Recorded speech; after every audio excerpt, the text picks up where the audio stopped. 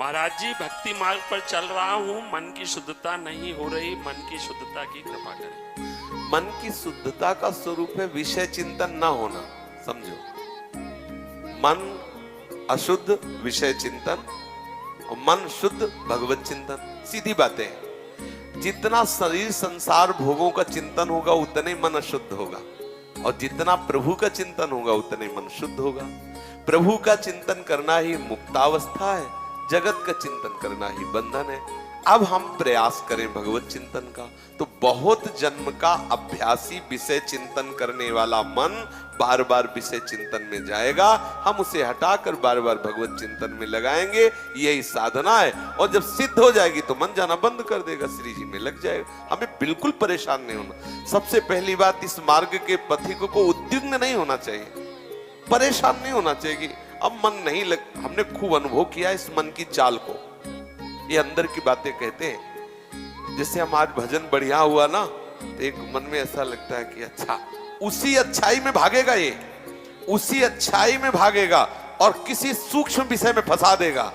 और ये इतना चालबाज है, पूछो मत। मतलब इतना हितैषी बनेगा, इतना विश्वसनीय बनेगा, और ऐसे गड्ढे में गिराएगा कि यही लगेगा आत्महत्या कर लूं।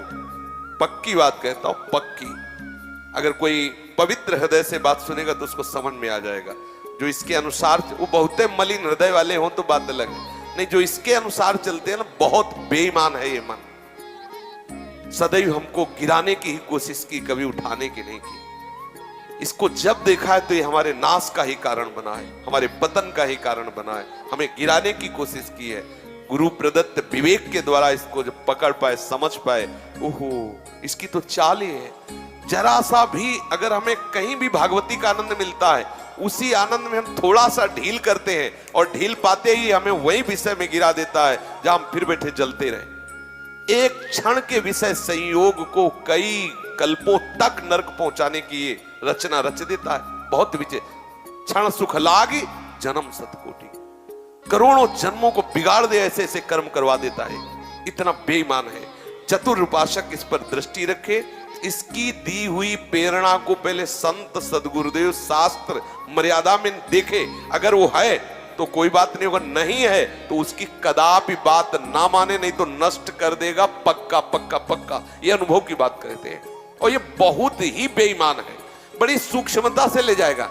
यम ही न व्यथ्यन्ते ते पुरुषम पुरुषर्षव सम दुखा सुखा धीरम सो मृतत्वाय कल्पते। ये कहेगा कि बस देख लो, देखने में कोई बात तो है नहीं, तुम्हें कुछ करना नहीं। अब श्रीमान जी ने देखने में राजी किया, बस छू लो, फिर धीरे धीरे धीरे, और फिर इसके बाद जो फिर वही पश्चाताप कराता है, ऐसा मैंने क्यों किया। और ऐसा एक बार नहीं, हजारों बार ये हमको भ्रष्ट करता रहता है, हमको जलाता रहता है। गुरु कृपा से प्राप्त विवेक के द्वारा पकड़ मिल गई तो ये फिर शांत हो जाता है धीरे धीरे। इसलिए हमें पहली बात समस्त उपासकों से प्रार्थना है, ये 1 करोड़ बार गिरावे तो भी हताश मत होना। इस पर हमें विजय प्राप्त। 1 करोड़ बार मुझे फेल कर दे तो ऐसे नहीं होना कि अब क्या करूं, 1 करोड़ बार हार गया। इस पर हम विजय प्राप्त करेंगे, और ये बस में होगा। क्योंकि अगर वश में ना होता तो भगवान आदेश ना करते। ये वश में होता है, लेकिन बहुत जन्म का है, खिलाड़ी है, और हम इसी के अधीन रहे हैं। ये हमारी नस नस से वाकिफ है, वो जानता है कौन सी नस दबा देंगे तो गिर जाएगा। सच्ची वाणी है, इसको देखा है, बहुत नजदीकी से देखा है। ऐसा फुसला के गिराता है, पूछो मत, आपको पता ही नहीं चलेगा कि गिराने जा रहा है। और अगर कहीं भगवत कृपा से कोई रोकने आ कि भाई ऐसा क्यों, तो वो इतना ज्ञान बघारेगा अंदर से कि उसको सामने वाले को चुप कर देगा। और वही जब आपका पतन हो जाएगा, फिर आप सोचोगे तो वही ज्ञान वो खुद अंदर से देगा कि अगर ऐसा करते तो आप बच जाते। ऐसा आज जो जेलें भरी है ना, जितनी जेल भरी है, सच्ची मानिए वो सब इसी मनी राम के खेल है। जितनी जेल भरी है, ये मन बोले अब क्या करें, मन नहीं माना तो मन नहीं माना। 1 मिनट की क्रिया ने 20 वर्ष की जेल दे दी। ये मन बहुत विचित्र है, और जो इस विचित्र मन को मार ले वही जगत बंधनी हो जाता है, वही महात्मा हो जाता है। घबराने की बिल्कुल जरूरत नहीं। हर बार परास्त होने पर फिर हिम्मत करे कि अब की बार तो मारूंगा इसे, अब की बार गिराऊंगा, और एक दिन गिरा दोगे, पक्का गिरा दोगे, क्योंकि भगवान के अंश हो तुम, निश्चित इस पर विजय प्राप्त। पर हारना नहीं।